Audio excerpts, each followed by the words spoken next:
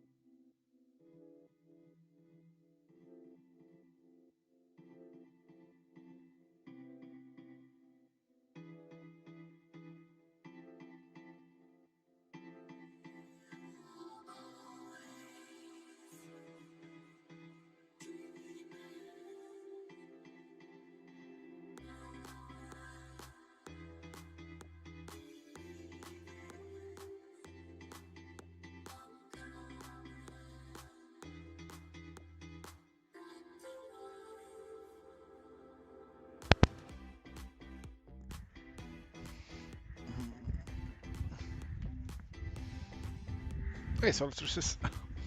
I'm doing great.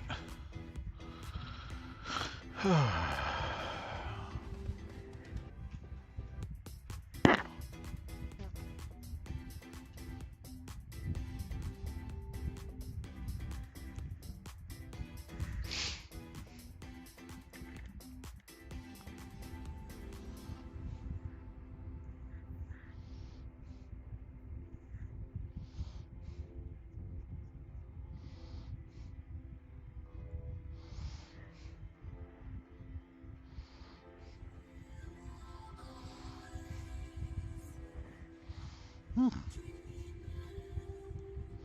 Hmm.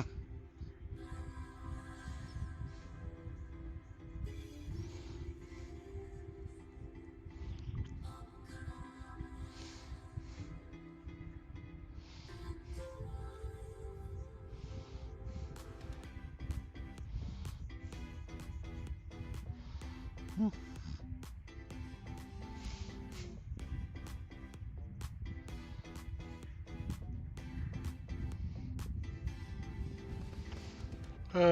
I generally work with shapes first, even when I'm drawing comics. Uh, I I work better with shapes.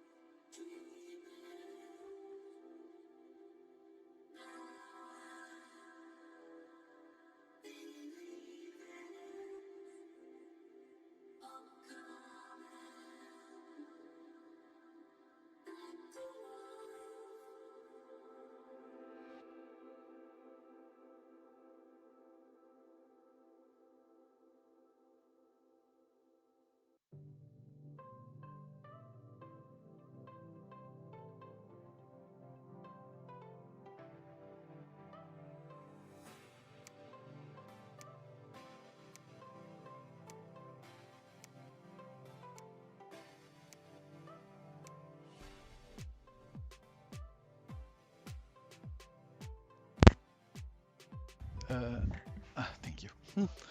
Did I draw the same way when I was working for DC? Yeah, it's basically the same process. Like you can see me do it on one of my recent streams when where I was drawing comic pages, because this is for illustration, so these are more painterly. But even with comics, I tend to start with just a basic like shape, and then I draw the shapes of the color fill for eyes, for lips, for teeth, and all that here, and then I ink on top of that. Things.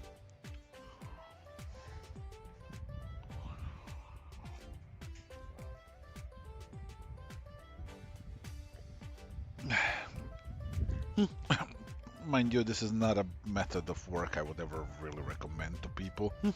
It's just basically something that works for me because I'm not good at comprehending lines as much as I am comprehending volumes.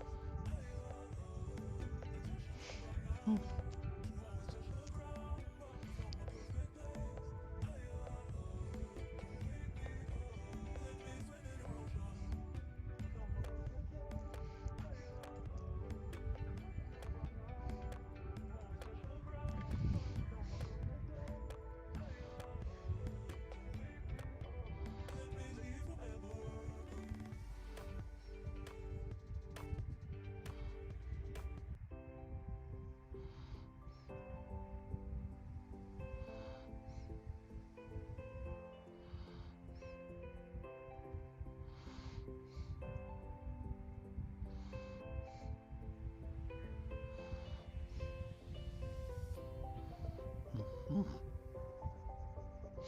mm, mm,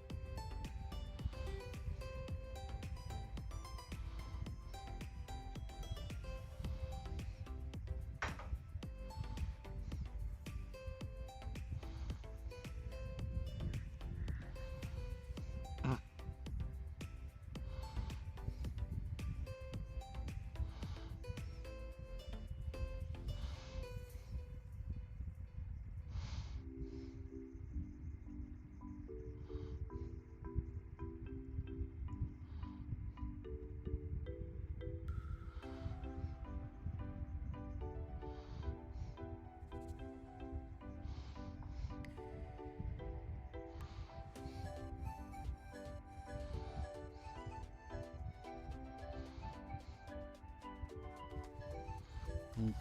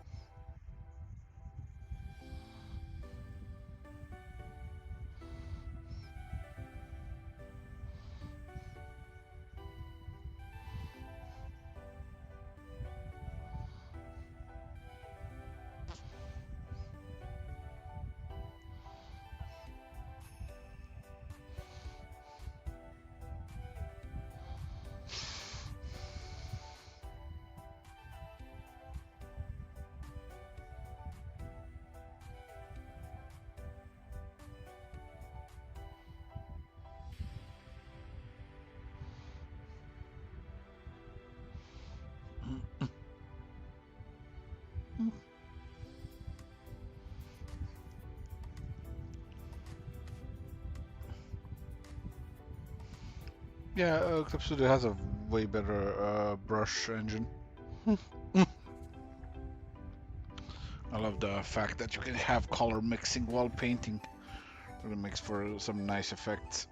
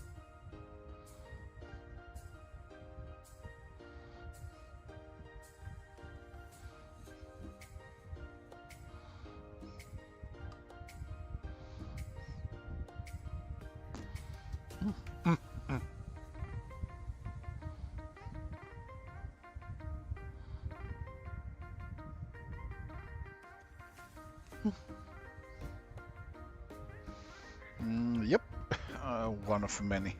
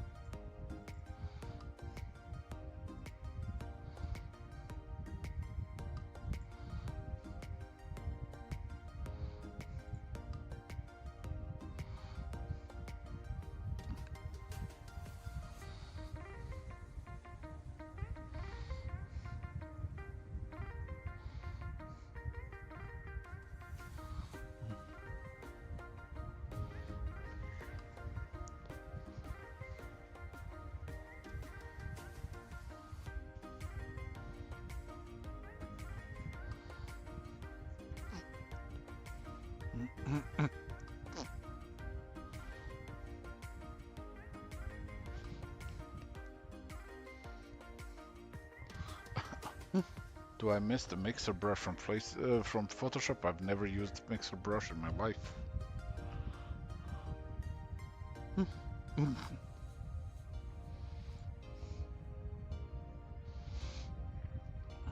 I had my own way of doing things. I made a blending brush about 20 something years ago and been using that ever since. No mixer could fucking measure up to that.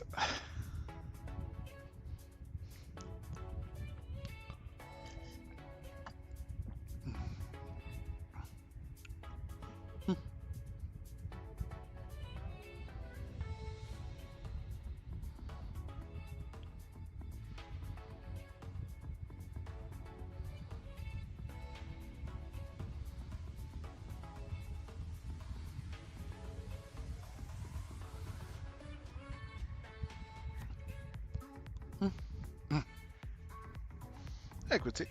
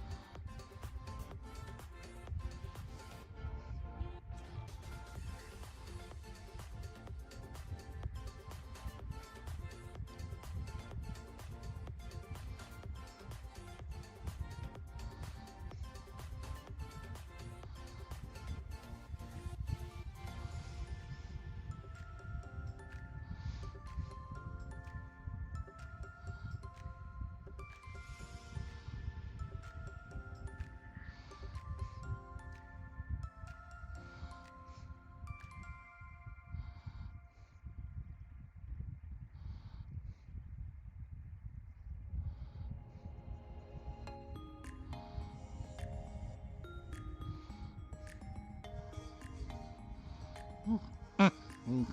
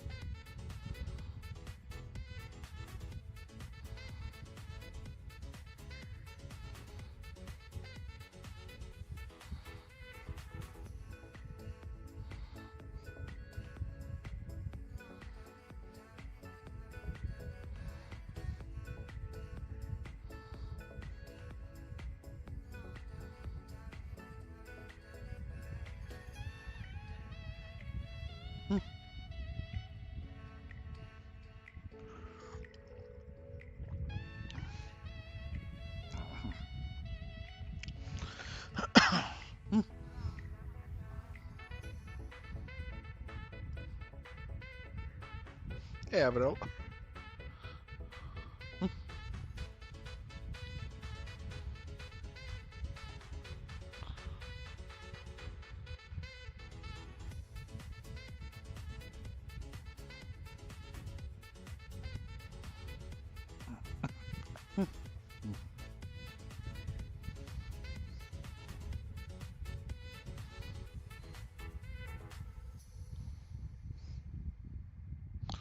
Still got the turrets? Yep.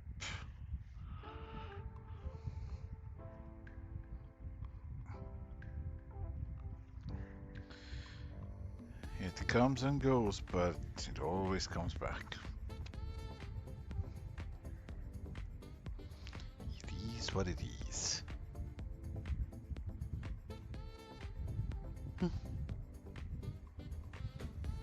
Thanks, Hajaji. Hayaye. I don't know how to read it, sorry. But then again, nobody knows how to read my name, so.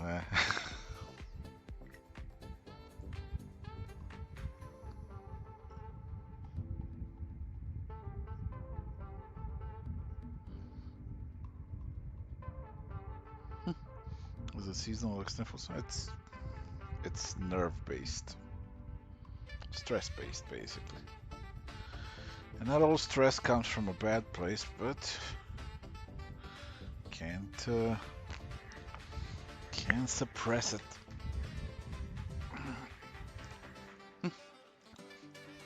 Hey, welcome to the weird name club. I got one as well.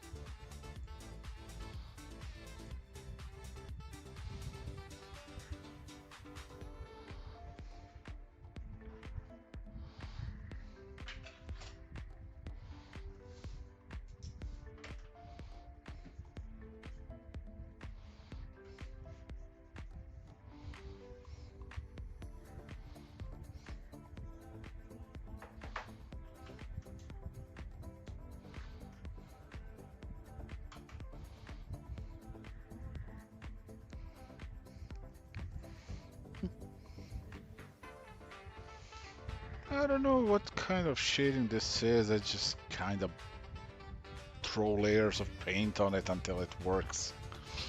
I never really, like, I was never really taught in a formal way these things. I just kind of tried stuff out until it worked. So my terms are just kind of, I was like, people ask me how you make things. I don't know. I drop a bunch of blobs on the canvas and it somehow works out, you know. After 20 plus years, it should work out. Hey, Dumblik. Yeah, that's a good approach to do.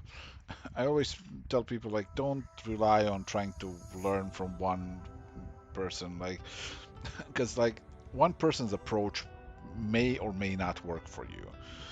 Always diversify your input of knowledge and see, you know, because like some people work better with lines, some people are better with colors, some people are better with shapes, you know, there's all kinds of ways to approach a thing.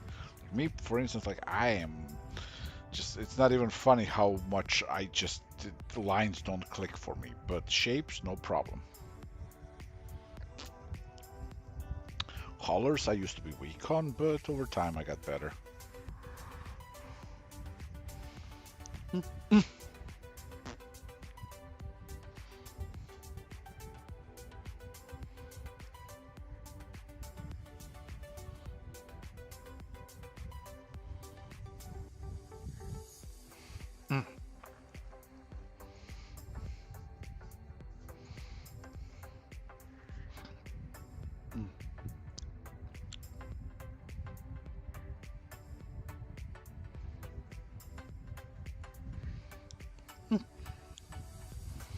Yeah, like for me, for instance, I used to be a sculptor, like in, you know, in real materials and not like digital. So shapes clicked for me very fast. Shapes, volumes, you know, shading.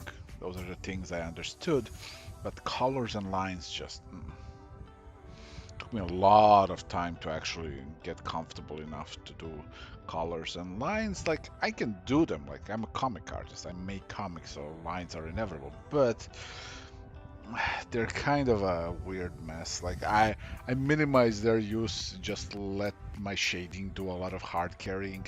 Because you see often on my comic pages, like they're inked, but they're inked-ish. Like they very often it's kind of incomplete lines, just kind of sketched out stuff, and then I just, you know, I do my light shadow and all that stuff, and then that's what makes it look good in the end. But ooh, my line work, ugh. Which is what cracks me up when I was nominated for award for best inking on Harleen, and I'm just like, are you people drunk?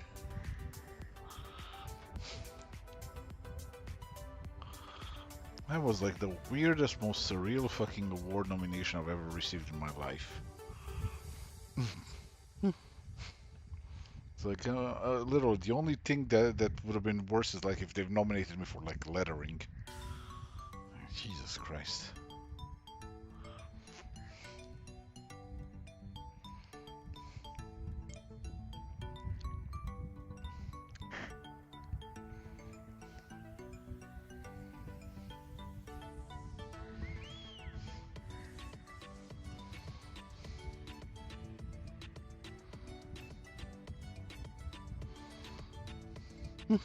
Yeah, Sunstone is gonna end up my freaking magnum opus for of my life. By the time Sunstone is done, it's gonna have 20 books. It's just gonna be like this massive fucking dissertation on PDSM, on Kingsters, and on idiots. It's gonna be brilliant.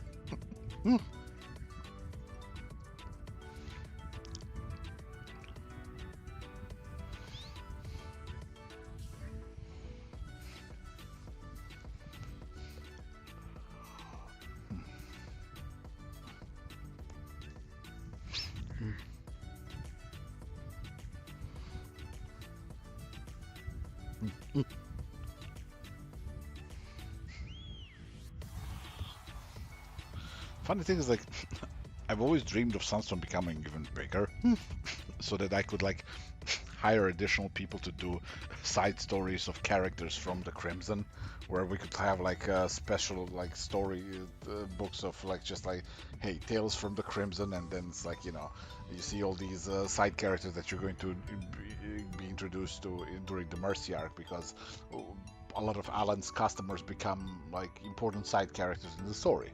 And like they kind of have their own thing going on, and it would be really cool to have like their stories as a separate thing. But Sunstone never really got that big. Like it was big, but over time, like a lot of people didn't show up for Mercy Arc because they're showing up slowly, and they're going, it's like, wow, this is actually really good, and I'm like, did you think I forgot how to do this? So we'll see, maybe someday.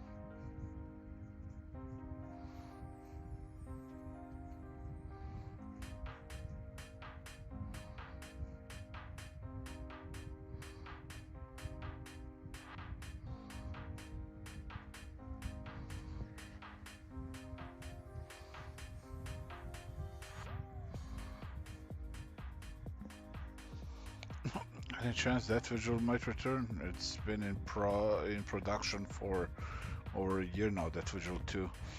Uh, it's returning next year. And then, if the sales are there, if it finds enough of a vocal enough audience, like that visual is planned as a 5-book series, where through those 5 books you would be told the full story, of everything, from beginning to end. Now, yeah, if it doesn't find an audience, it's gonna go and chill with Ravine in the pit. So we'll see. It's gonna have its second chance, and past that point, it's gonna be whether or not people show up. If they do, great, we get to finish the story. If not,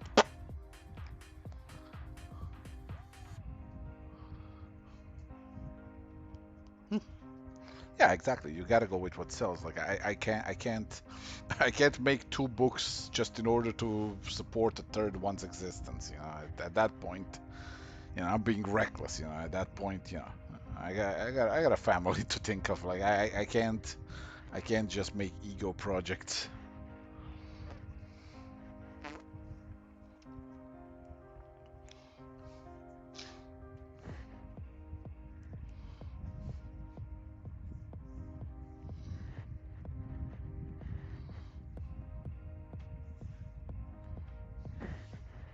Yeah, Switch was also fun, but Switch also didn't find an audience, so we didn't even get enough of it to complete a first trade paperback. So, yeah, things just fail sometimes. That's why I always tell people, like, you gotta be ready for the failures, 'cause they're gonna come, they're gonna happen, they're gonna come.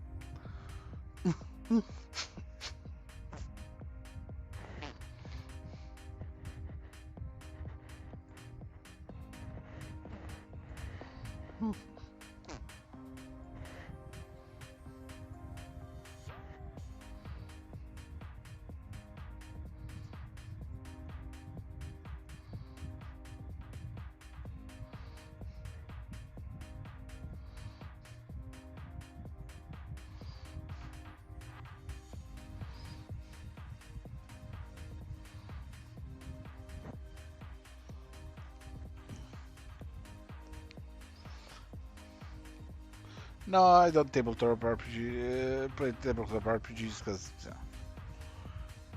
no friends around who are into that, so never really got started.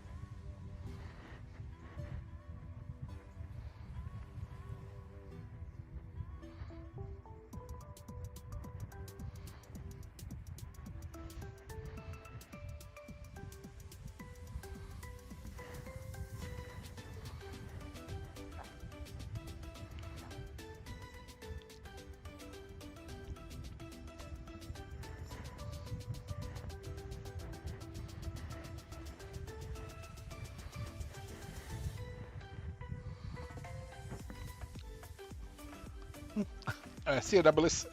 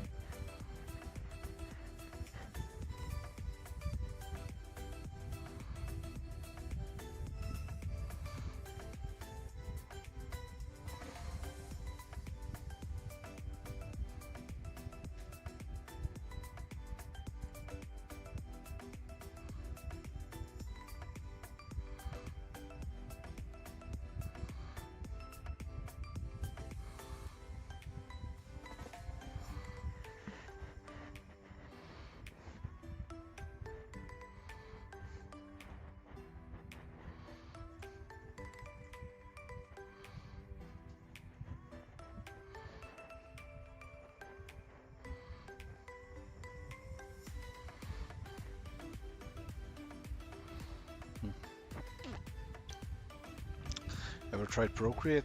No, because it's not on PC. The moment they put it on PC, I'm gonna tear that thing apart. Because there's a bunch of really nice painterly stuff there that I wanna take out for a ride.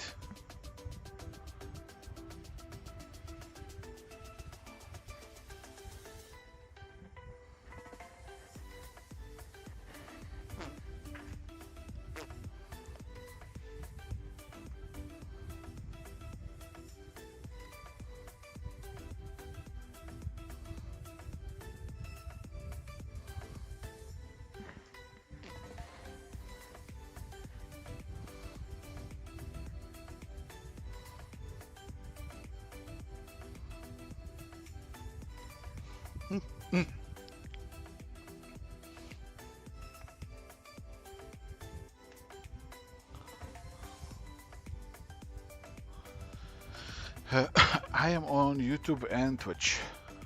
Yeah, posterized filter is nice. It gives it gives things a nice degree of sharpness, which is cool when you're turning something into a like a printable thing. At some point, it gives it a nice kind of crispiness. I like that one. I'm using that as well.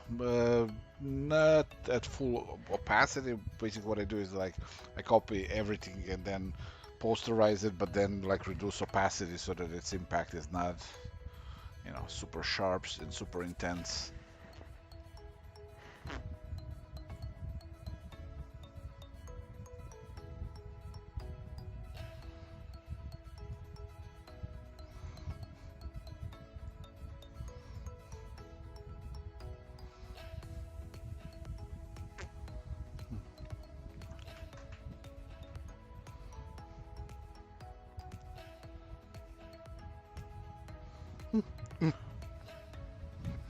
Yeah, I also use, for instance, a cutout filter sometimes to just kind of have a clear idea of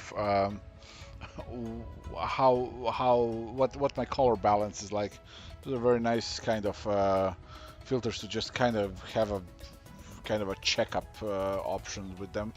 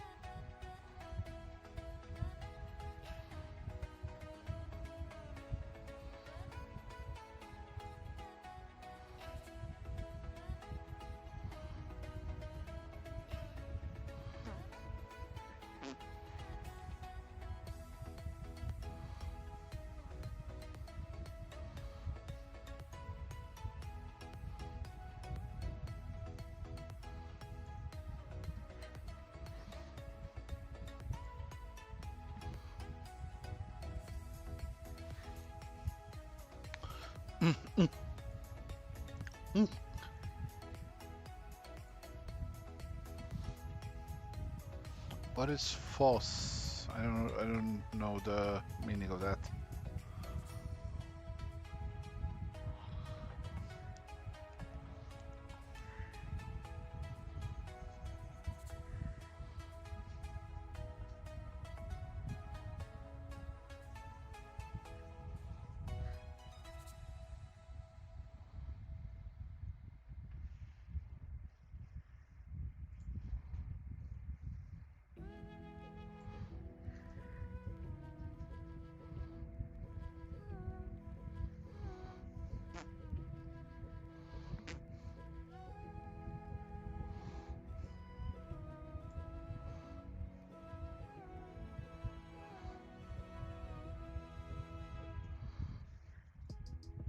Free open source. I mean, like, I have no problem buying my software. Just like I said, I just needed to actually do the thing that I need.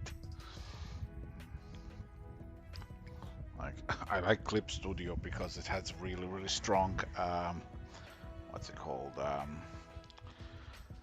Uh, Brush system, and I'm gonna actually try. Hey, Tooth. I'm gonna actually give a try to Affinity as well. I was actually planning on doing that today, but I got distracted.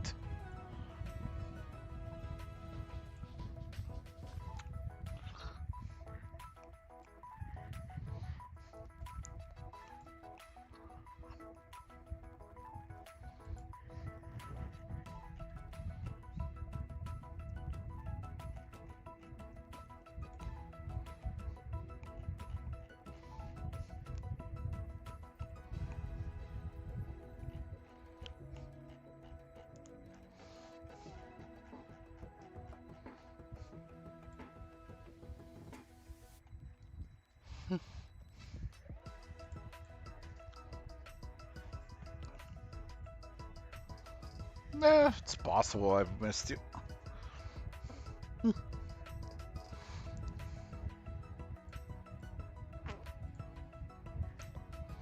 Started the stream with a massive headache, so I had to drink a pill. It's one of those really heavy weather days, you know? And I am no spring chicken anymore. This chicken is end of summer, early autumn.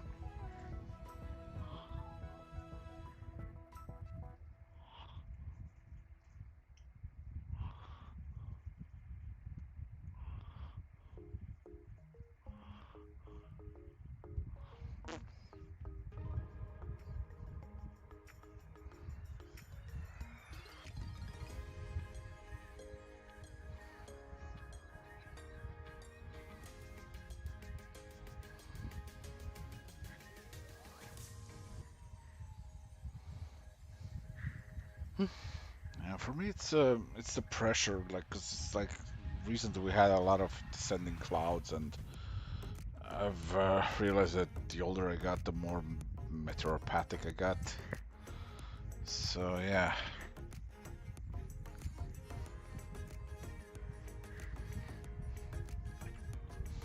I'm old, Gandalf. I may not look it, but I'm beginning to feel it. I feel thin, kind of stretched, like butter scraped over too much bread. Except I don't feel thin, I feel kind of heavy. Yeah, damn duck.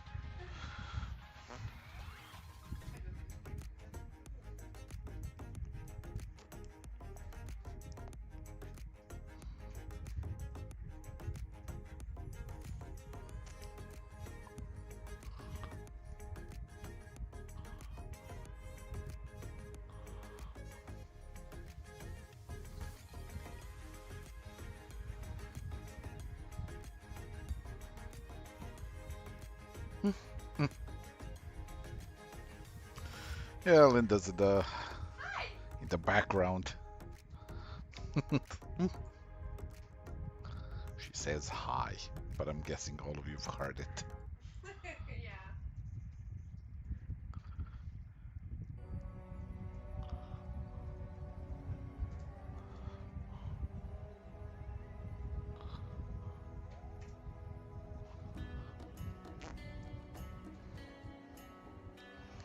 What was Linda's comic? The one with Vlad? That would be Bloodstein.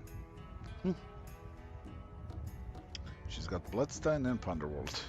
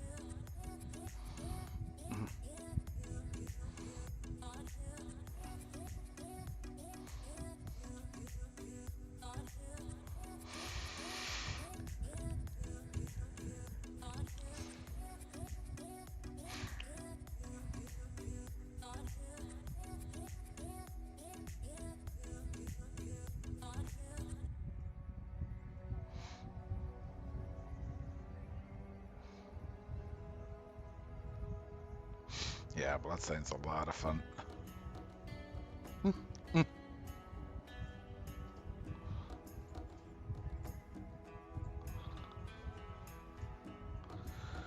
workplace slice of life comedy that turns mundane into weird.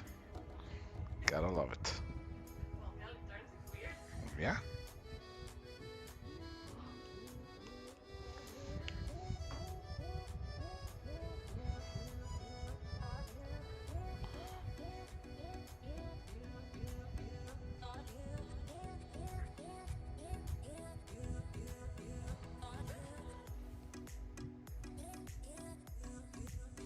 Thanks, Lucia. Greetings from Croatia. How do we do it?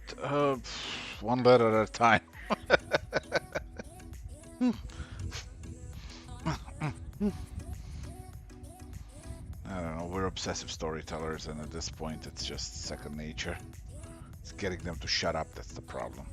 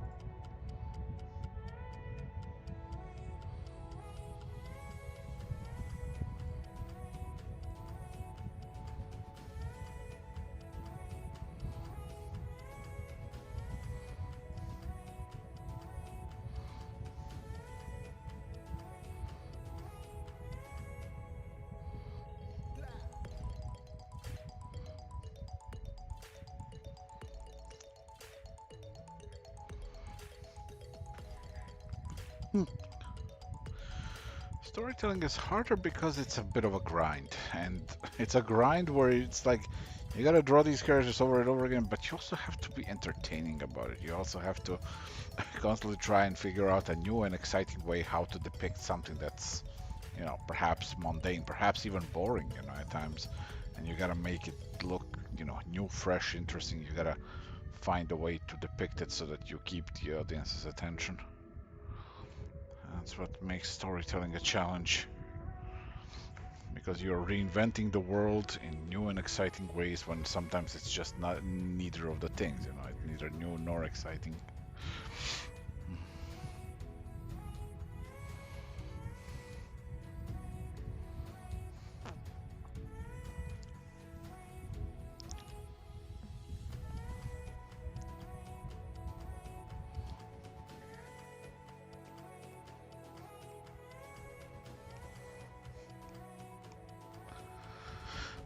Listen, I couldn't do storytelling either until I did. It's basically, you commit to it, you start practicing, and you suck for a while, We all do. But then one day you make something that kind of looks semi-decent, and then you suck for a while again because it all seems like it was a fluke. But then, again, something happens and you do something semi-decent. But then after that, you suck again for a few more times. But then again, the semi-decent things start happening more and more often. They become almost consistent. And all of a sudden, you kind of know what you're doing. And then, you suck again for a while. Because that's how it is. Sometimes you're like, if I'm a fucking expert at this, wakes up, I can't draw anything. Why do I suck? Because that's brain for you, yeah? Sometimes it just refuses to do the thing. And there's nothing you can do about it.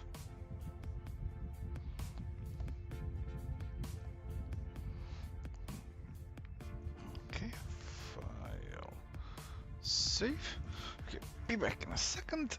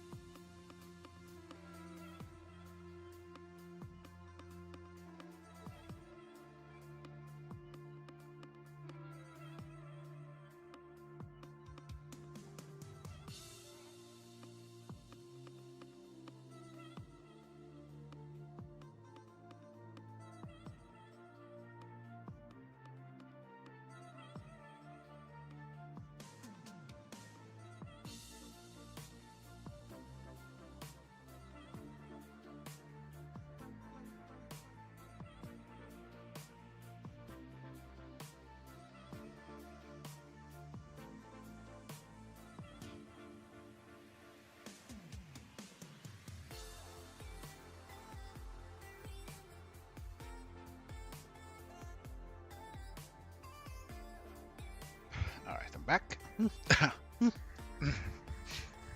Hey, Carlos.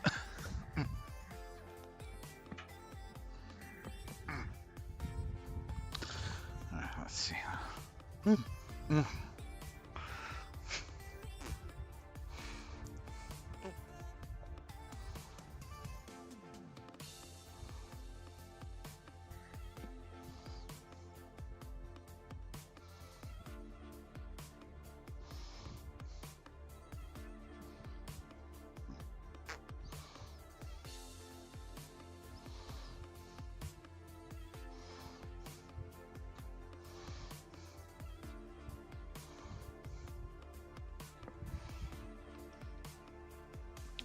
What's the best time to visit Croatia? People usually come during summer because we're one of those summer tourist destinations. I personally prefer it during autumn, but that's just me. I'm just an autumn guy.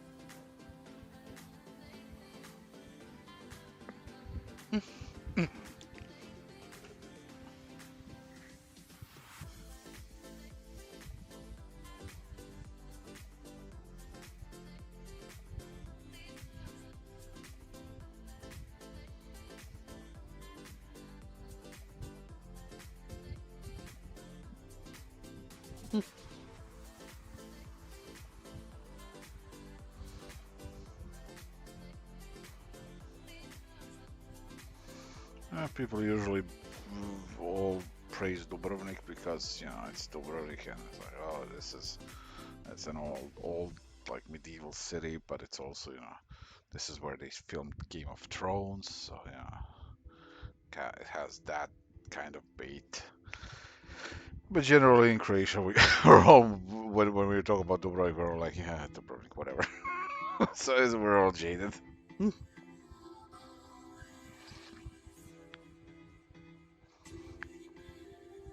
Because Dubrovnik is basically your typical, tourist bait hotspot where it's like, yep, yeah, there's this is where you go to get robbed blind.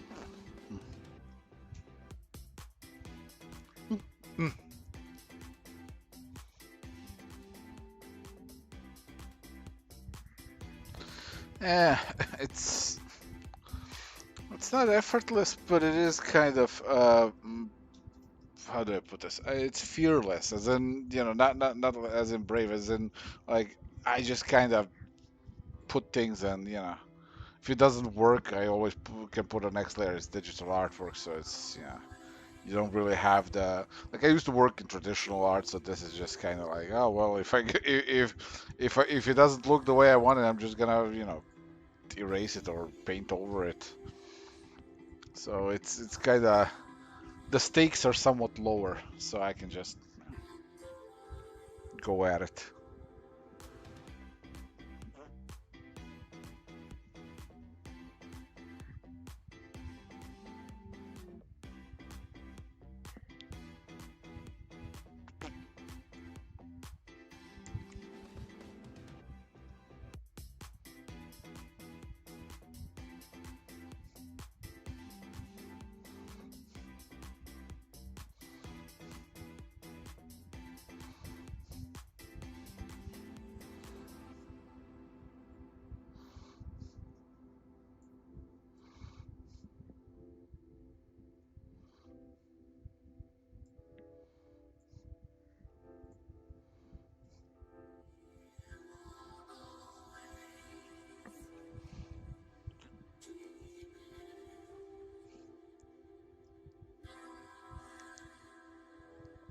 Mm, mm, mm.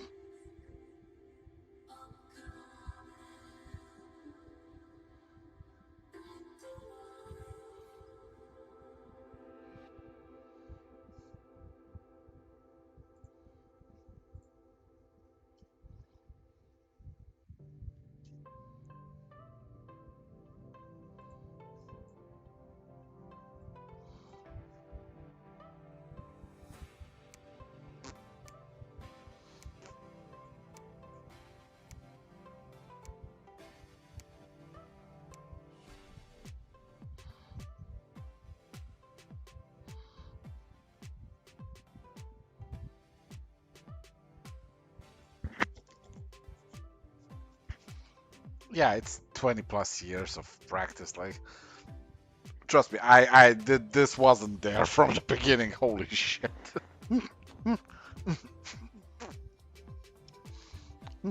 We all fail one day at a time, and then one day we fail slightly less, and yeah. So that's the story of artistic progress.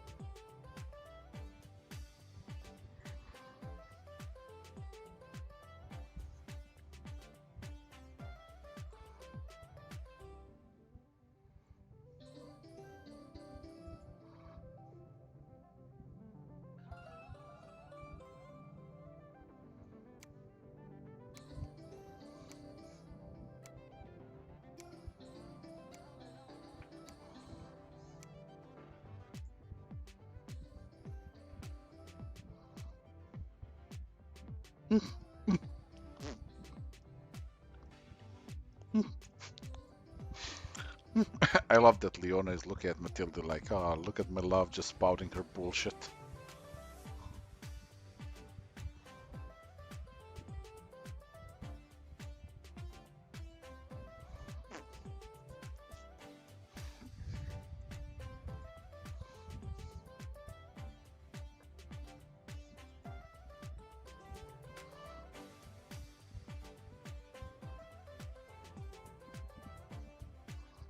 I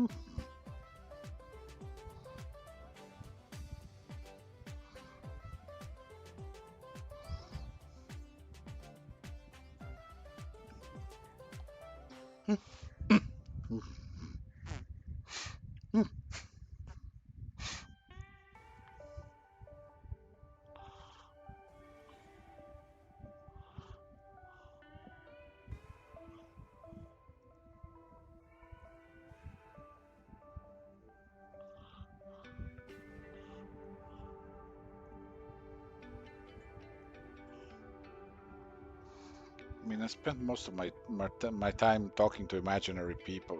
It's, it's no news to me.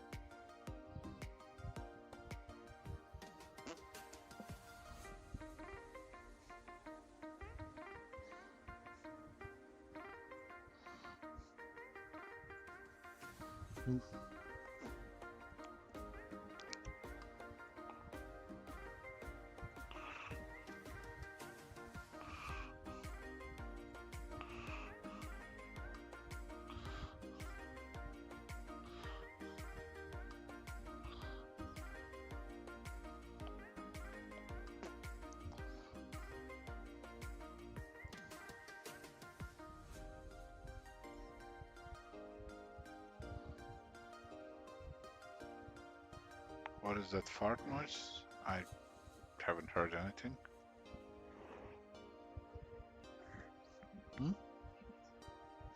Maybe. Could be my computer. Or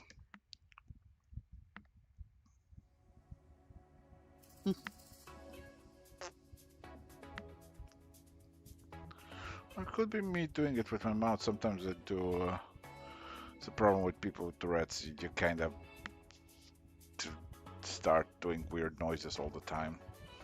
Sometimes I do that. It's not as common as my usual tics, but it does happen. And for that, I apologize. It's something that I don't do consciously.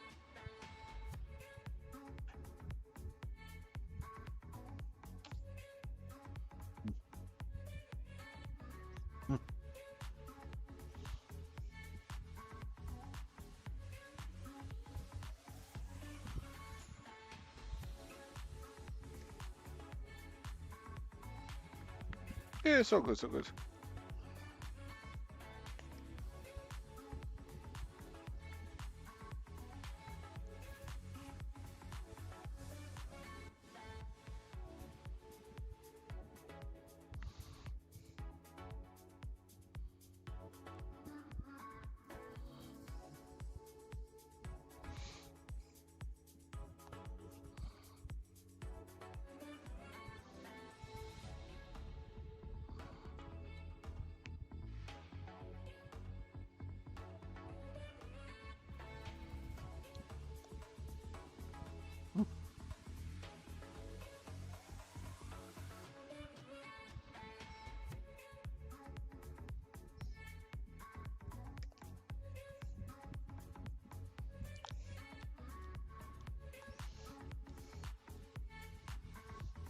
Honestly, I don't know. Like I said, I never really mastered line art because I also sucked at it. So, like, I can do it, but it's not really something that comes natural to me. And like, I can do it now that I've mastered to a degree other things. I still haven't mastered them, but you know, I got good enough at them to the point where I can transfer that knowledge to my line work. Not fully, but you know, I can fake it.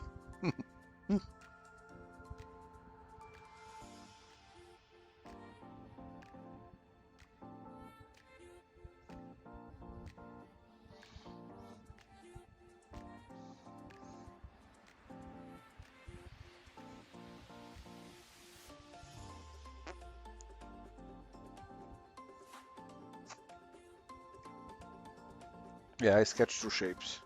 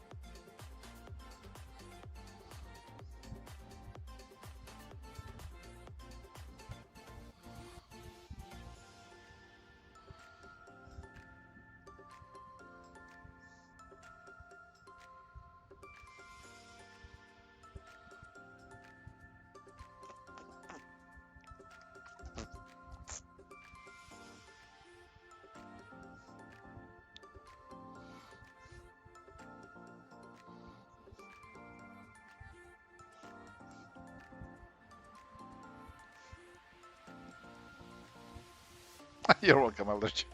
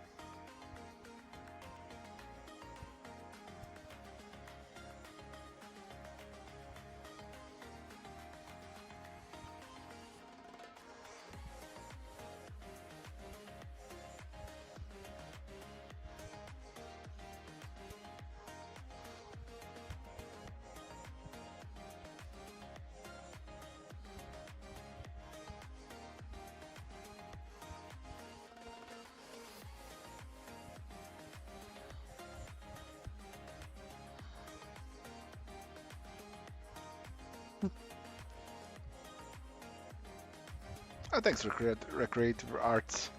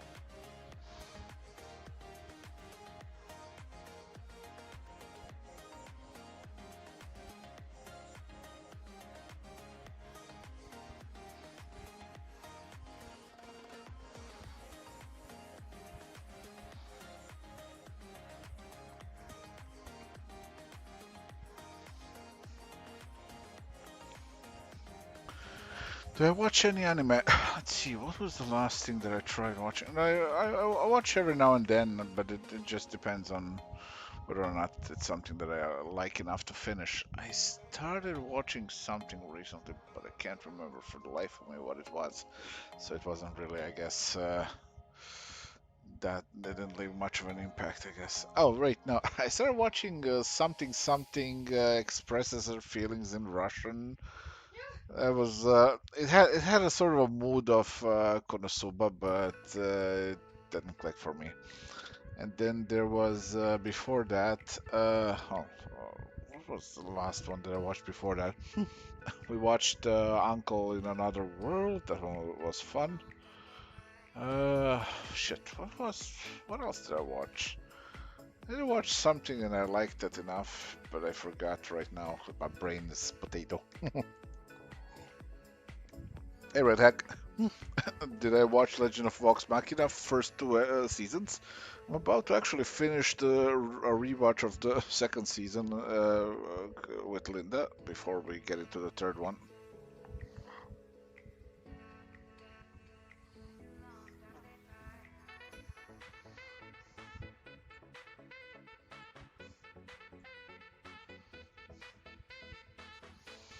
I'm ready. Linda is not. She will be ready. What? For Vox Machina. Hehe.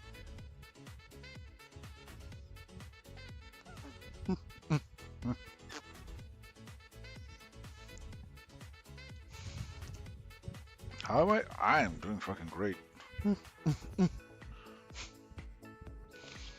I'm having some ridiculously creative times.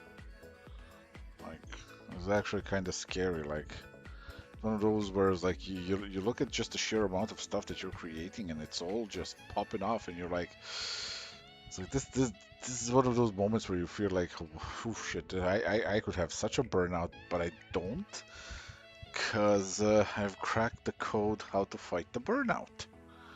And the code is simple. You just work on multiple projects at the same time so that when you don't feel like doing one, you do the other. And all the projects are just only the stuff that you like and love working on. So that's it's as simple as that, you know. And be your own boss, fucking easy, fucking life hacks. Jesus Christ. I was like, how do you never get a burnout? I'm my own boss and I only do stuff that I love. There you go. Simple, huh? I'm fucking stupid. Who's my favorite character in the show in Vox Machina? Oh, hard to say. They're all good. Like first season, I really liked Percy, but then after that, I was like I always liked Scanlan. Scanlan is just pure entertainment factor. Grog is fucking awesome. Second season, Grog is just popping off.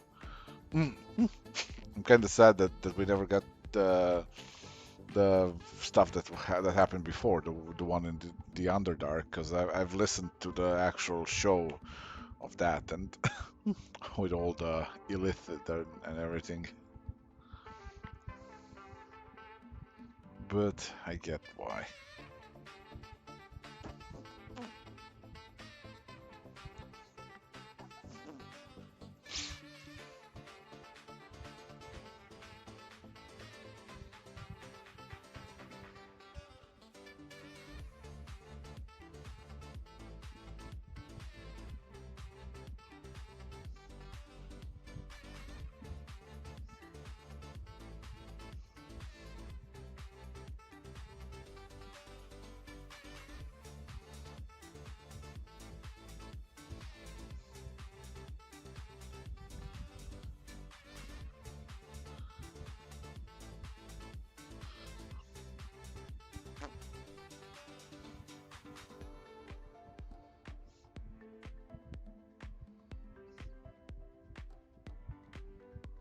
Oh, Keyleth? Yeah, Keyleth is awesome.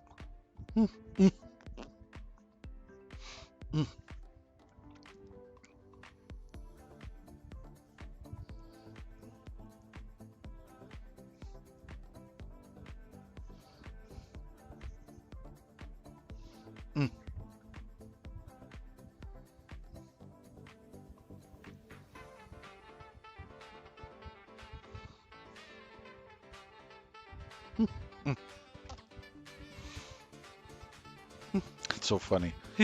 I was hired and I did the cover for their actual comic before I knew anything about it, and then later on I became a fan.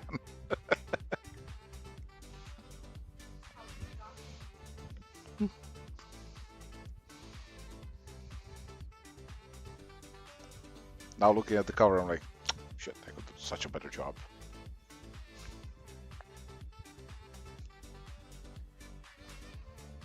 Who hired me? They did the theme. I don't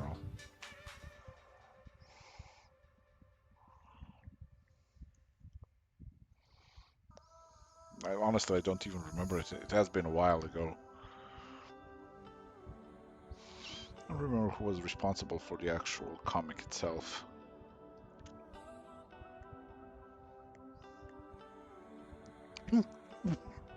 Oh god, Darkness, she's so funny. Absolute, just corrupted, pure fetishist. And she's a paladin, which is just.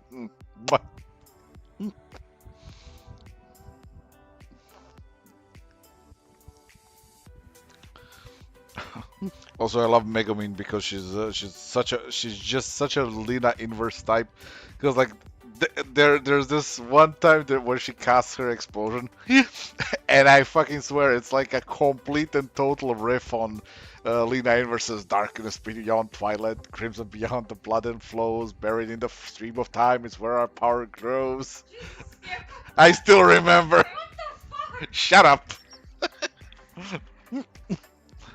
Listen, Slayers were my jam. They were, yeah. Fucking the soundtrack alone, Jesus Christ, how much have I listened to that?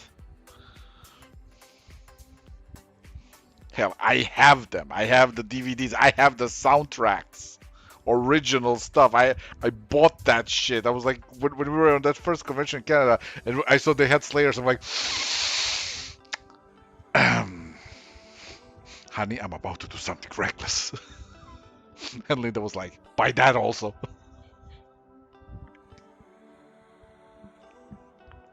Yeah, Slayers is classic, but Slayers is fun. It's the original Konosuba. Except Slayers has a way stronger storyline. Yeah, Konosuba is a couple of idiots fucking around, you know? But Slayers has a story. Slayers has a lore. This fucking lore, just holy shit.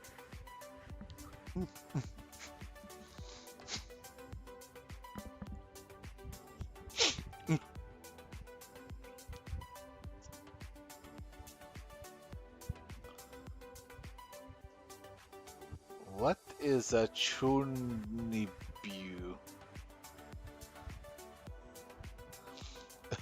Yeah, there's it's a show called Slayers, and it's an older anime, but it's a masterpiece of an older anime. It's a fantasy comedy, very similar to Konosuba, except it's an older thing. But my god, like first of all, the music, the songs in that thing are just eternal classic bangers of like the classic age of anime, and then like the show itself is just, oh god, I want to watch it again. Oh, old like yeah, I'm old. I'm 42. Come on, my age is the true meaning of the universe, the world, and everything in life. Except in a month, that's no longer gonna be the case.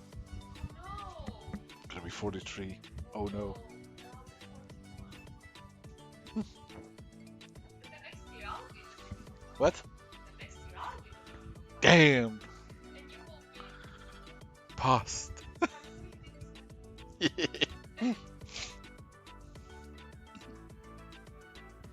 Record of Lost War is good. It's also a classic.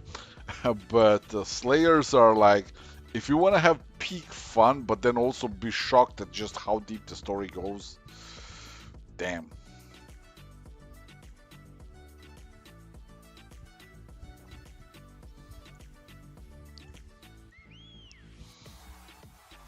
Slayer surprises you because at first you're like, oh, this is a bunch of idiots just kind of going around being stupid, being slayers, slaying fucking monsters and stuff, and then The the fish, fish. Oh god, the fucking fish. yes.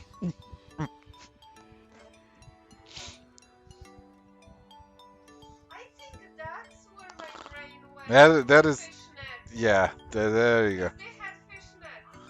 Oh god. They had fish because they had fish heads and legs, so. That was a.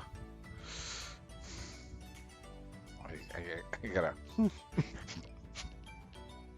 Shit. Here's the problem. I have all of them on DVDs. I don't have a single DVD player. What the fuck? Well, yeah, it does work on computer. You're right, honey. If my computer had a disk drive,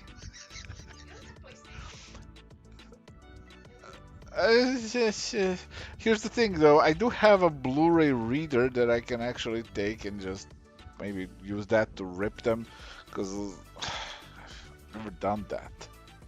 Sh- Life's too short. You're right. My PlayStation is at my mom's place and yours is at Ina's. we just gave all of them away. It's like, I was like, we're too old for this shit. We are. Honestly, we were great. Mm.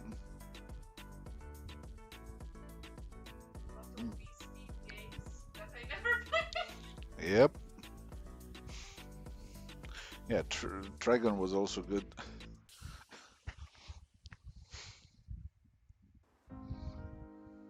Okay. I need to actually do this one though. This one I need to do because it's a cover that I need to make. So.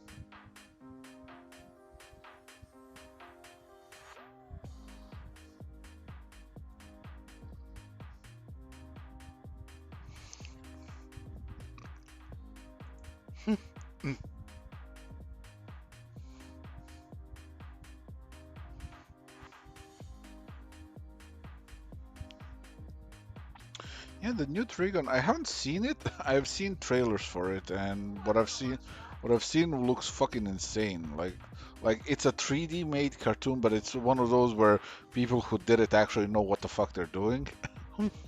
So it doesn't come off as just cheap excuse to use 3D because, you know, we don't want to animate. It's like, no, they animated the fuck out of it.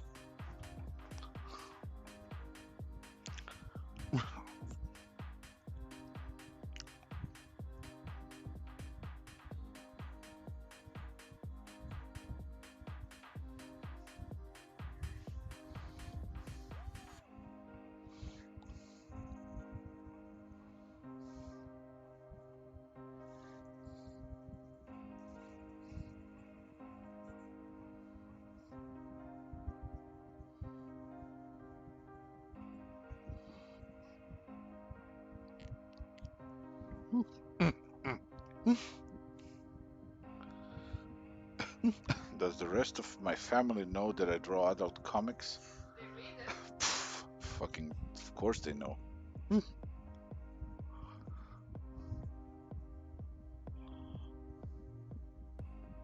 My mom read Sanston and loved it. What? My mom read Sanston and loved it. Yeah, once the Serbians translated it. Yeah. My dad as well.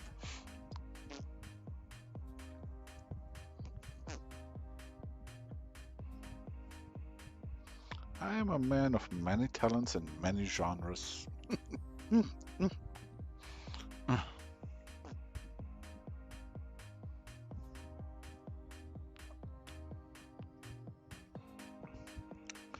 Ba, ba, ba, ba.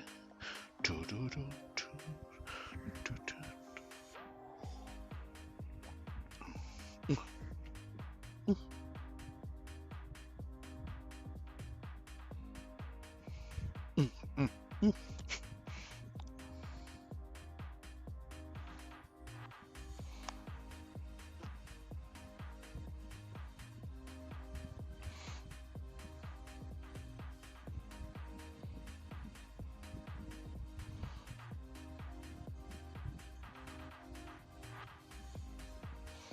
mean, we're European. In Europe here, we generally don't flinch at the idea of mature comics or mature movies or stuff like that. We've been raised on that shit. Plus, when you make the big bucks, you know.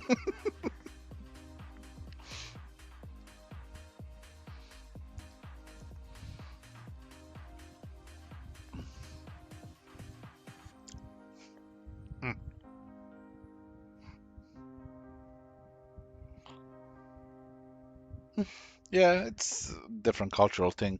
Here, like since I was a kid, like it's like nothing. Like, oh hey, here's comics from Italy. It's like we open a comic and it's like it's it's a mystery. It's a mystery. Oh, there's sex. Oh, there's sex. Oh, there's boobs. There's nudity. It's just kind of like all just like yeah, that's a thing that happens. Cool.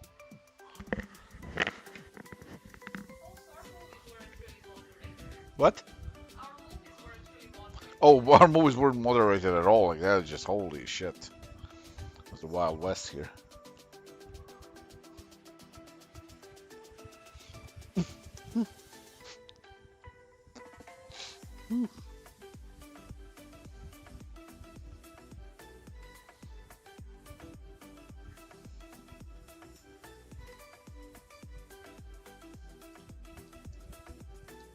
Eh, fucking.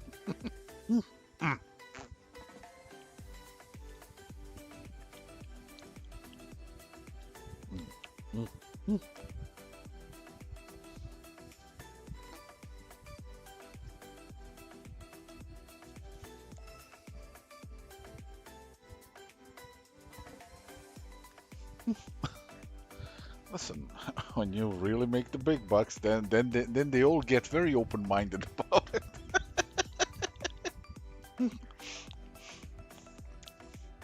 But yeah, like all joking aside, uh, the thing with my comics is like, it's not really hard to explain because I don't make porn comics. I make stories for mature readers, and in it I treat sexuality in a mature way, not just as a mature content, which means it's heavily contextualized and let's be real, way tamer than the stuff you'll find in your average steamy fucking romance novel. So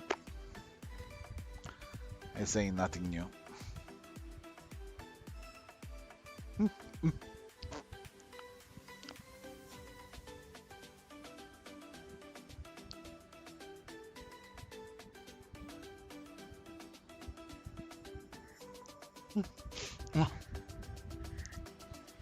And yeah, George R. R. Martin had so many sex scenes that they literally invented the term sex position. I was like, oh, well, they're having sex. Time for exposition during it.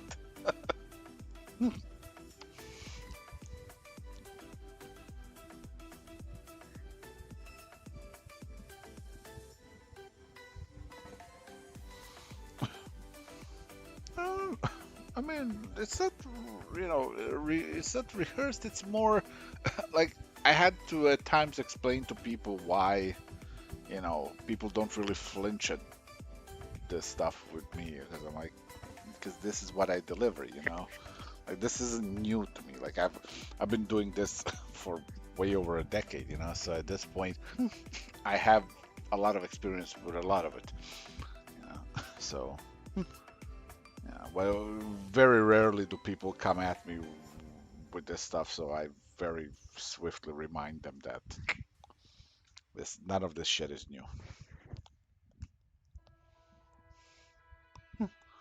Exactly, mature content for mature audience. Basically, it's this. It's I don't flinch. I don't giggle when it comes to sex. I don't go like, ooh, how obscene and how scandalous. It's sex. That's how we all got here. Like, for fuck's sakes, can we act as adults? Like, for a second, And that's the attitude that comes through my work is, I'm not gonna giggle at the fact that they have sex. You're gonna laugh at the fact that they're idiots about it sometimes and that they fuck it up in new and exciting ways every time. But also, you're gonna find that oddly relatable because usually when sex is depicted, It's always this passionate success at it. You know, I prefer writing people who are fuck ups, like we all are.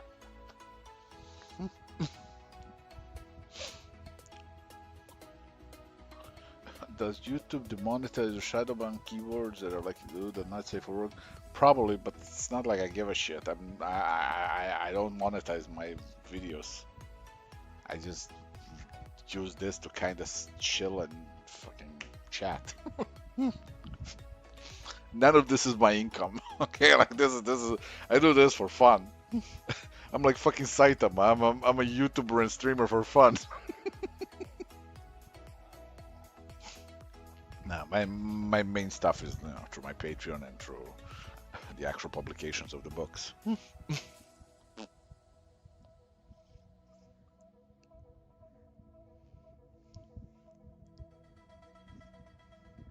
Thanks, Red Hack.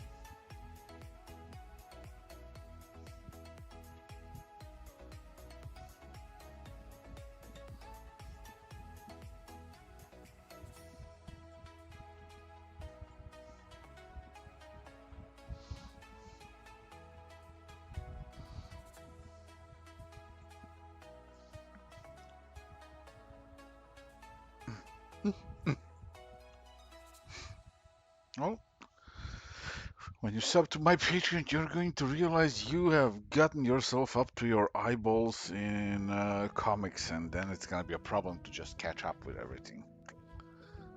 Because I am quite active.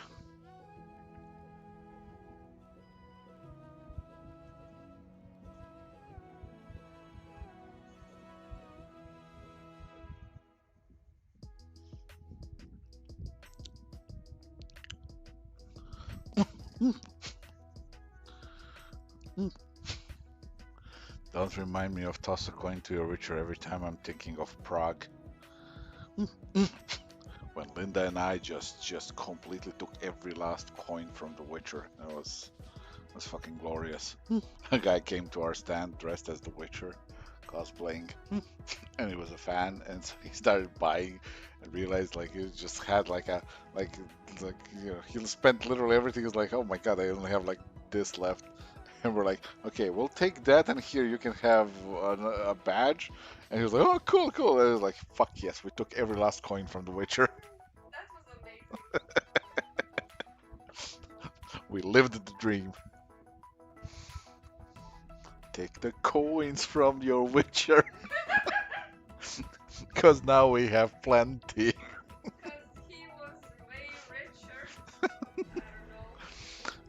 I don't know, but we started singing and improvising the song. It was just peak convention experience. This is why you should meet us at a convention. You're gonna Yeah, we are stupid at the convention. Anybody who ever met us on one knows. People going in all like shy, says, "Oh my god, this is like," it's like, no, no, no, no, no, you don't understand. You're dealing with idiots.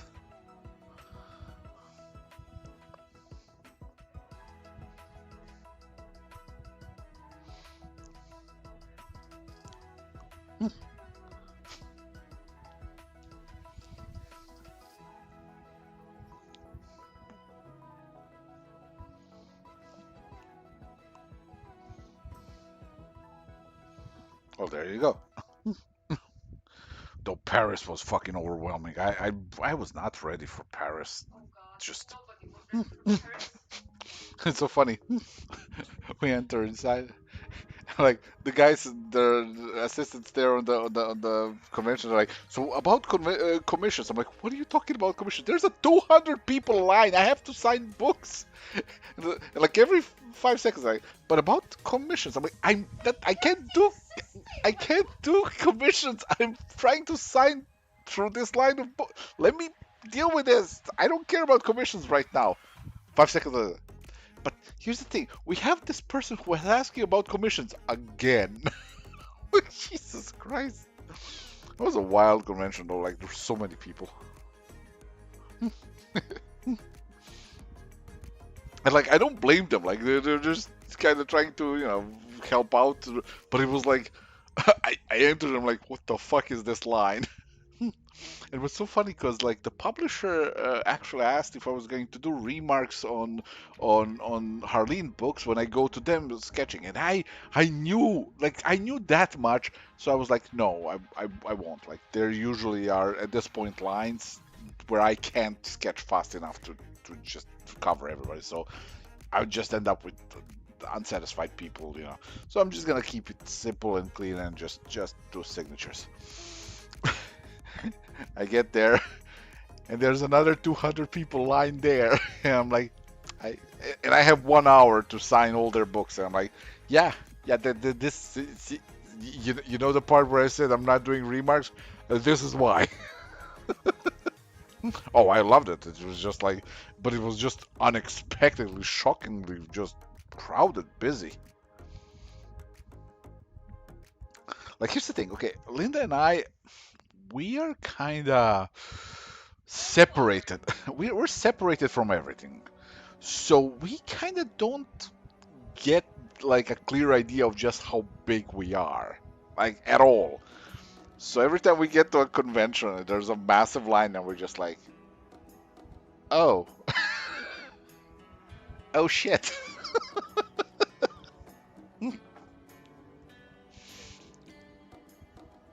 And like that's the 200 was just the initial line. The line kept refilling, so it just kept going. And it's just like I'm like, what the fuck? It's just like the line goes around the table, around and through the exit and outside. It's like, okay. It was so fun.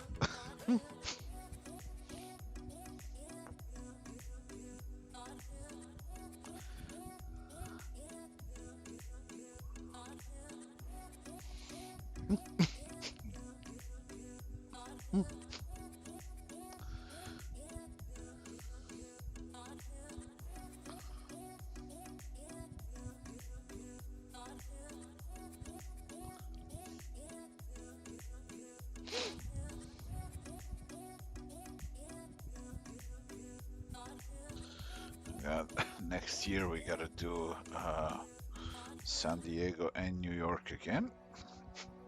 There's a bunch of new books. You gotta try and sell some death vigils.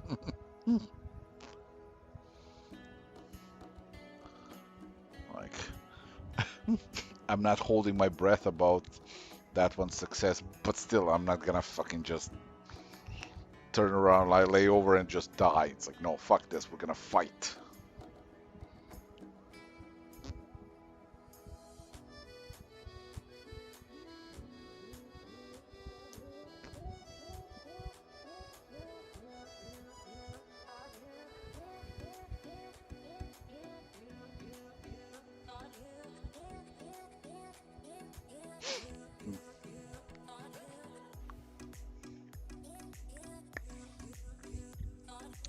Yeah, sales is that's the stressful part of it all because without those, well, you're kind of wasting your time. You're working, you're spending all that time making a comic, and if it doesn't find an audience, you're kind of screwed.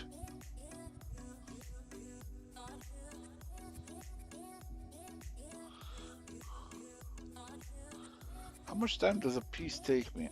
I don't know. Like, it really depends on what I'm drawing. It goes anywhere from like 3 hours to a few days, like if it's an illustration. But like when I say a few days, I don't mean like a few days worth of time. I just kind of take breaks in between. So it's like somewhere, so let's say somewhere between 3 hours and like, I don't know, 15, like if it's something very complicated.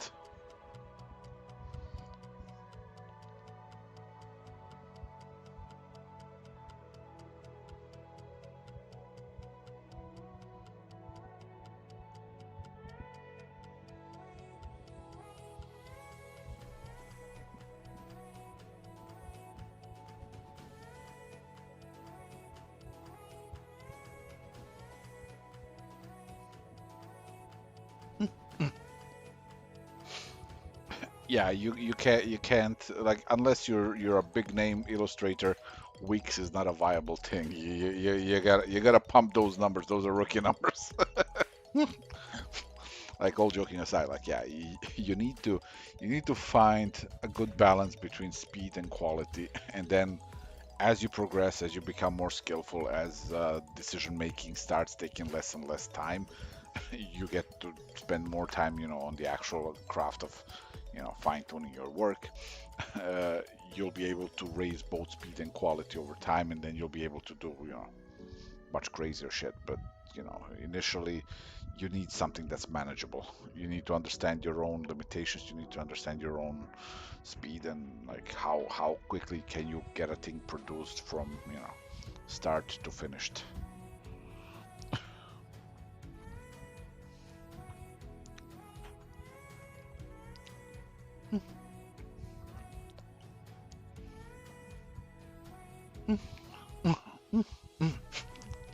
It's like so that's one of the rare things where the method that I'm using is actually good for. Where you draw without sketching, without anything.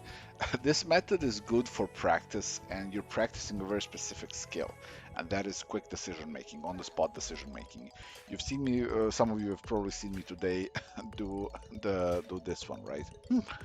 And you've seen how this started as a completely different pose, different angle.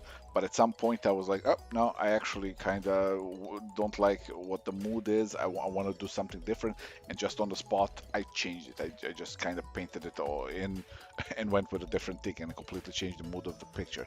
Now, if if my instincts were sharp enough, I would have figured that from the get-go and not waste time drawing and rendering all of this, right?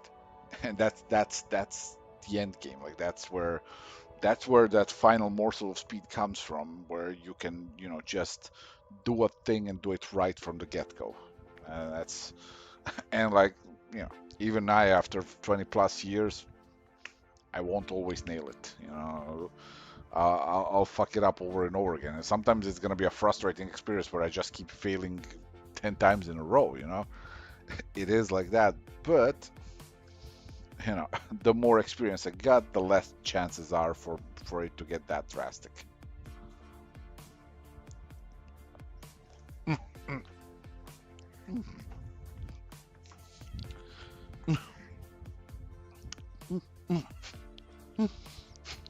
Because what this exercise, what this approach relies on is you realizing and being aware of the fact that you already know how to draw a thing. That's what your sketching process is. You're just kind of framing it on the canvas, but you already technically know how to draw it, right? So I skip the sketching and just go into the actual final thing immediately and just attack the canvas. It's very much it's very much a Bob Ross method of just kind of, you start, making happy little blobs and happy little accident your way into something cool in the end. And that's really what this is all about. It's about freeing you from the whole, you know, um, sketching tends to lock people in overthinking. That's what it does to me. That's what it does to people who are not very perhaps intuitive with line work, and we don't think well with line work, and it becomes just this kind of a hurdle to go through over instead of just an enjoyable part of the process. So if you're like that, this method might actually work for you, so give it a try. And if nothing else, give it a try as an exercise in decision making.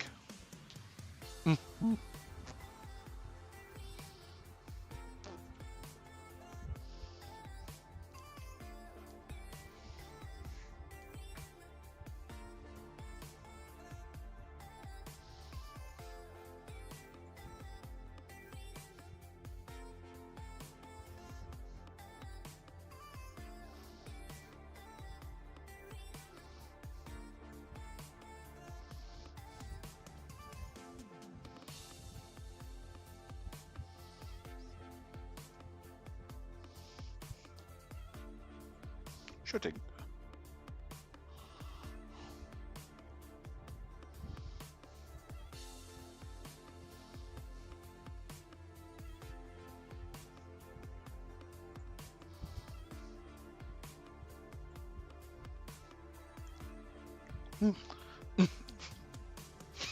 Now, thumbnailing is also something you can combine with this approach as well, or you can just do a bunch of quick painted thumbnails.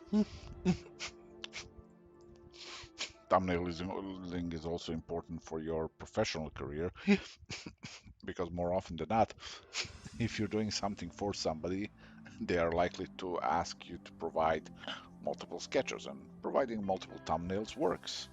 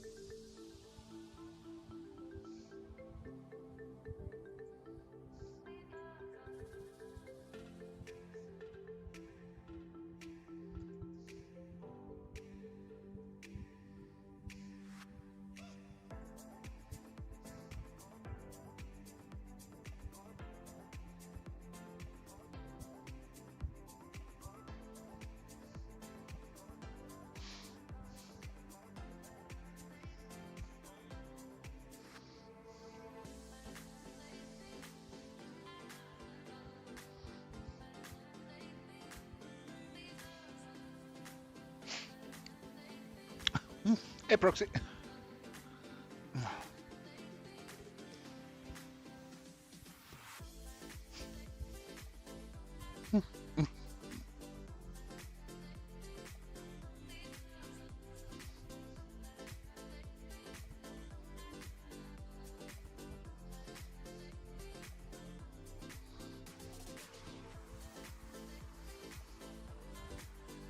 Oh, this works nice. Let's go.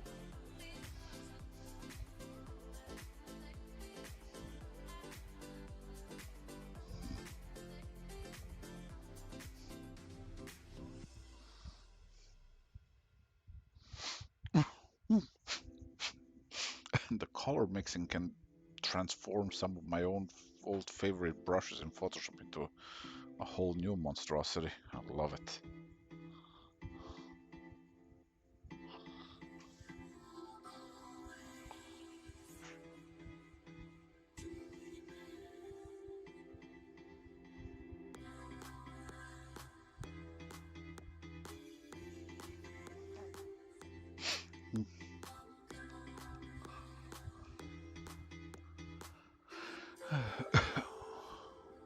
Oh, I don't share my email because I really like it's one of those things where it's like I'm not looking for any work, so I tend to kind of keep private.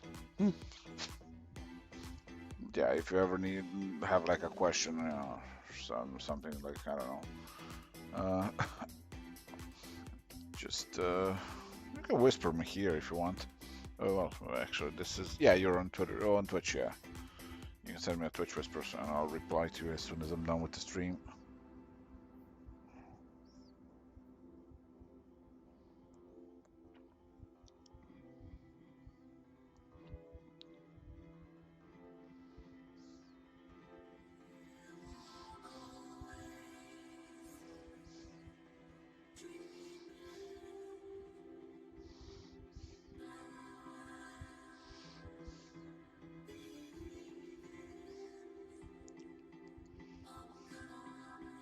It's all good.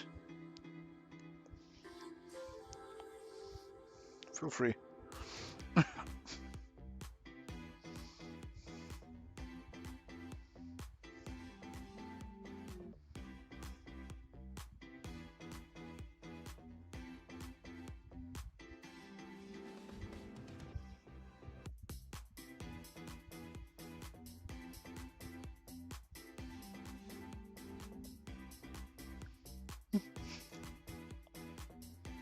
Perceptual. Let's see. Perceptual. Let's see what that does. I still haven't really dug into it all.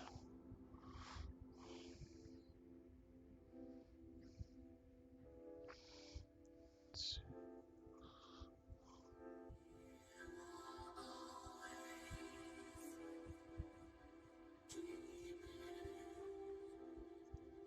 see. Oh, okay. Yeah, I still haven't like messed with like most of these options. That's why I say always it's gonna take me a few months to truly crack the program. Not in a piratey way, yar. No, but like to actually figure out all of its little.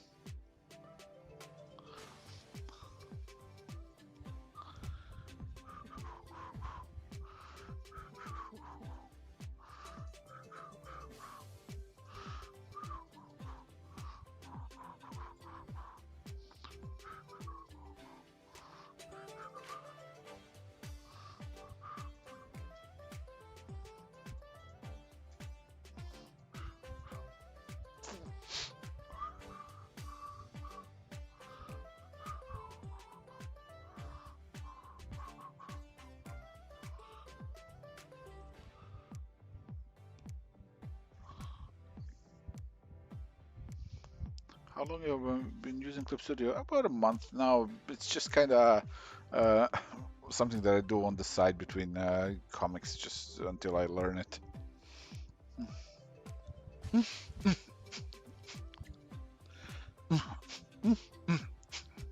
I can't really recommend it, yes or no type of deal, because like I still haven't found everything, so it's kind of one of those too early to say.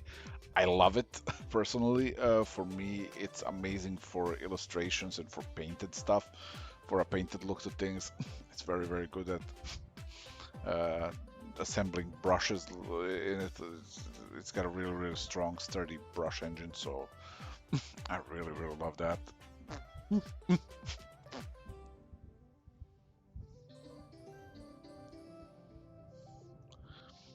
You can import Photoshop brushes and then further upgrade them because this thing has a much better system.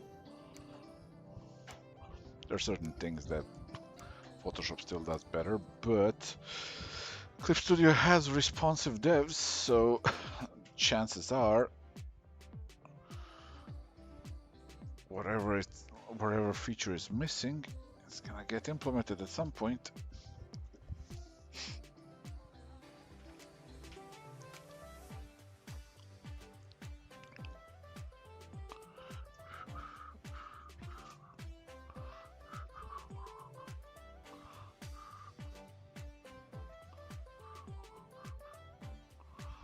Oh, I am loving this. Holy shit, this is good.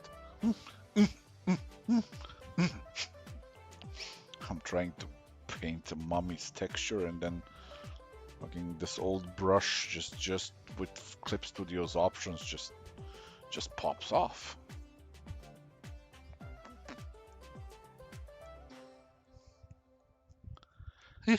Well, yeah, Clip Studio had a dubious run with AI integration, as in they wanted to put it in, people said no, and they said, well, our customers say no, and they stopped, which I respect that. Hmm.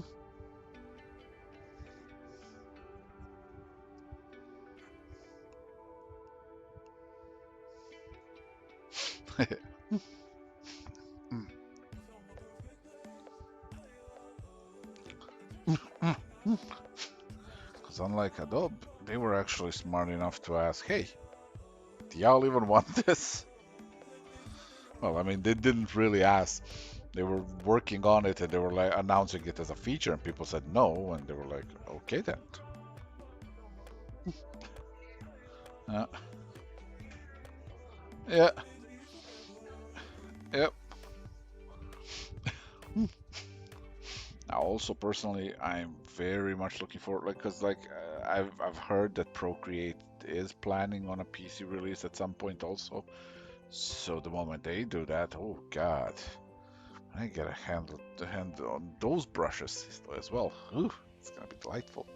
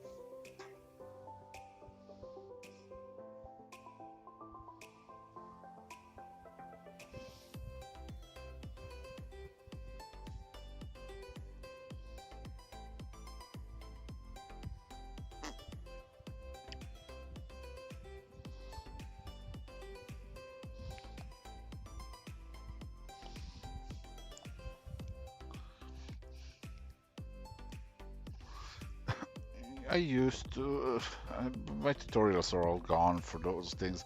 Like, actually, no, there are still some, but like I don't know how to do a brush from scratch in Clip Studio. I will learn over time, but for now, my brushes are basically the ones that I imported from my Photoshop. So these are all my old Photoshop brushes, except with now additional perks of Clip Studio.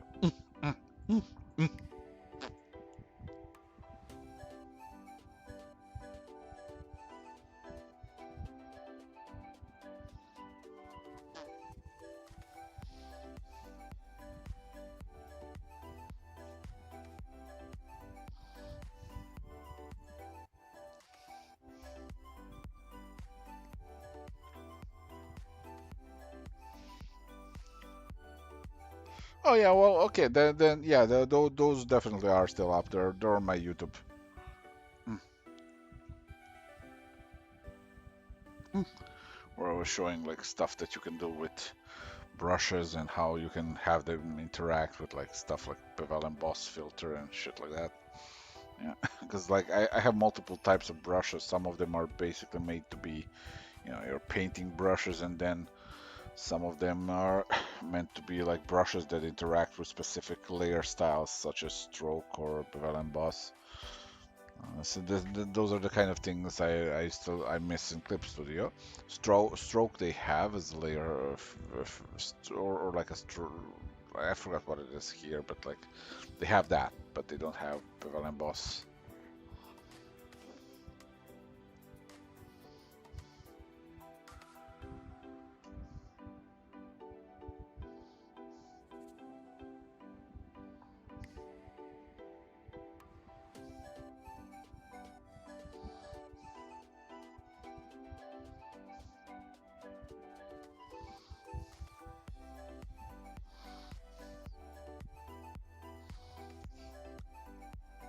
Yeah, layer outline.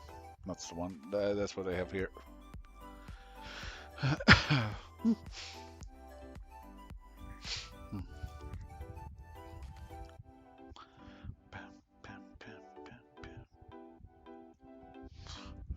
save.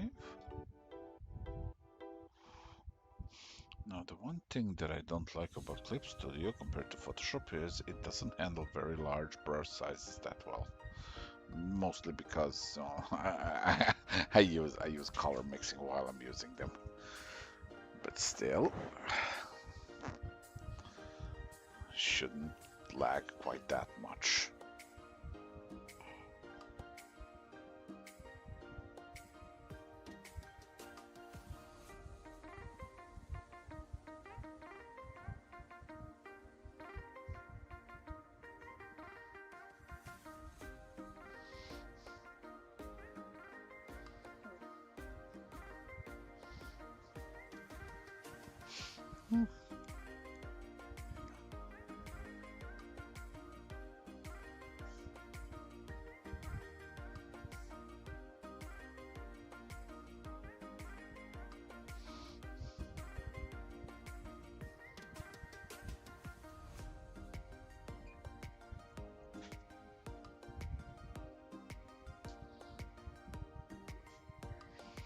Oh no, I have something for myself. Can't shoot in the microphone. Exactly.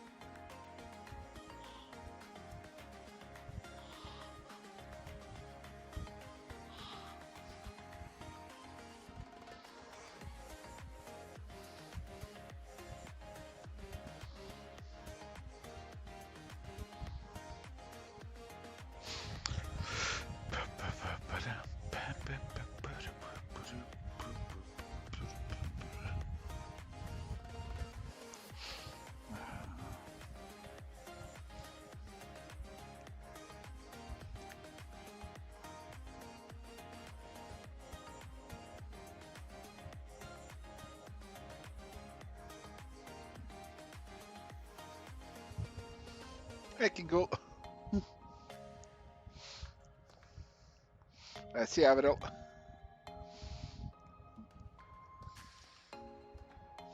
Yeah, this is also one of the reasons why I always tell people, like, if you want to learn stuff, don't just watch one person. One person's process may not work for you, but another one's may.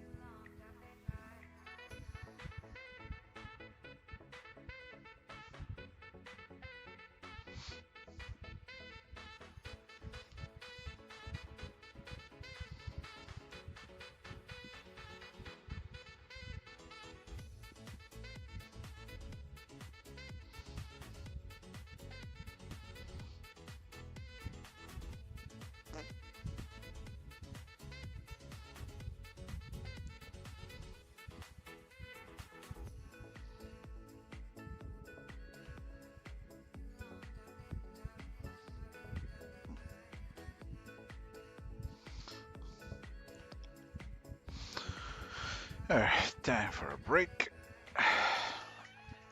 I've done enough work today. Oof. Gotta finish this by tomorrow. Get that done so that I can get my ass back into fine print, that visual, and Letters to the Vampire Queen. So,